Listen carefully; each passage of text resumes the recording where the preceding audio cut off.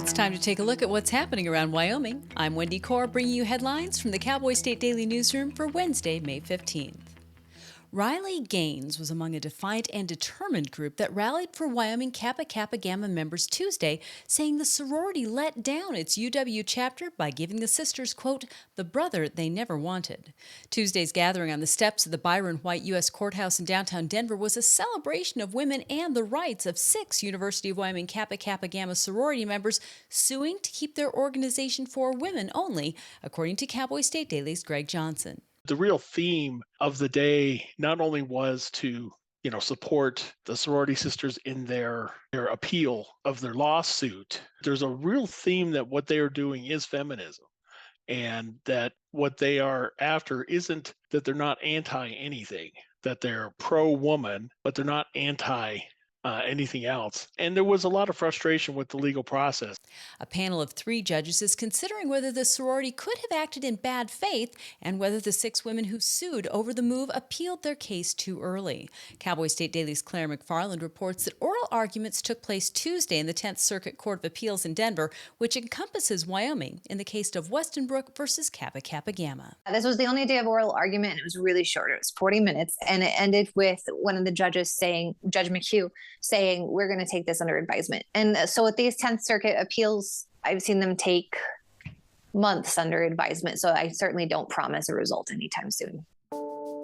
A Chinese-owned cryptocurrency mine that's set up a mile away from F.E. Warren Air Force Base in Cheyenne is a national security risk and must shut down and sell out. That's according to an executive order signed by President Joe Biden Monday afternoon, which requires offshore cryptocurrency company Mine One Partners Limited, as well as any related Mine One entities, to immediately cease operation, remove all equipment and improvements, and transfer ownership of their facility to an approved buyer. That's according to Cowboy State Daily's Renee Jean. The information about this facility was generated from a tip that came from the general public, but the company was required to report to this agency called CFIUS. They are the agency that kind of tracks these kinds of threats to domestic military bases. And so the company was required to notify them that it was locating near the military base, but it did not. And the agency decided that a mitigation plan in this case was not going to be sufficient. So that is why they're going to have to sell out and shut down. The order gives the company 120 calendar days to complete the transfer of its real estate and to certify that transfer in writing to the Committee on Foreign Investment. Casper police are investigating the shooting death of a high school-age student in a southwest neighborhood early Tuesday morning. Cowboy State Daily's Dale Killingbeck reports that involved parties are in custody and witnesses are being interviewed. That follows death and fatal stabbing of 14-year-old Bobby Mayer on April 7th at the city's mall. So this is just continuing to be a story about young people and violence and a culture where people in the city are calling for change. A Casper youth pastor has scheduled a meeting of the new Blue Heart Collaborative with area youth agencies and nonprofits on Friday from 5 to 7 p.m. to address the culture of youth violence in the city. Wyoming is joining 25 other states in suing President Joe Biden's administration for its newly proposed Title IX rules. Although not specifically stated, the new rules may prevent bans on transgender women participating in female sports.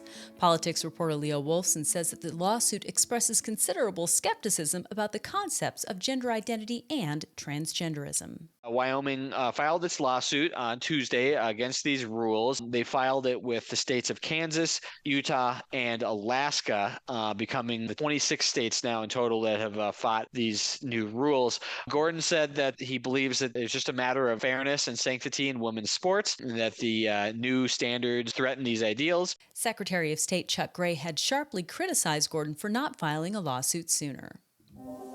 And Boswell Road is a popular route for outdoors enthusiasts running along the southern end of the Snowy Range Mountains in Albany County.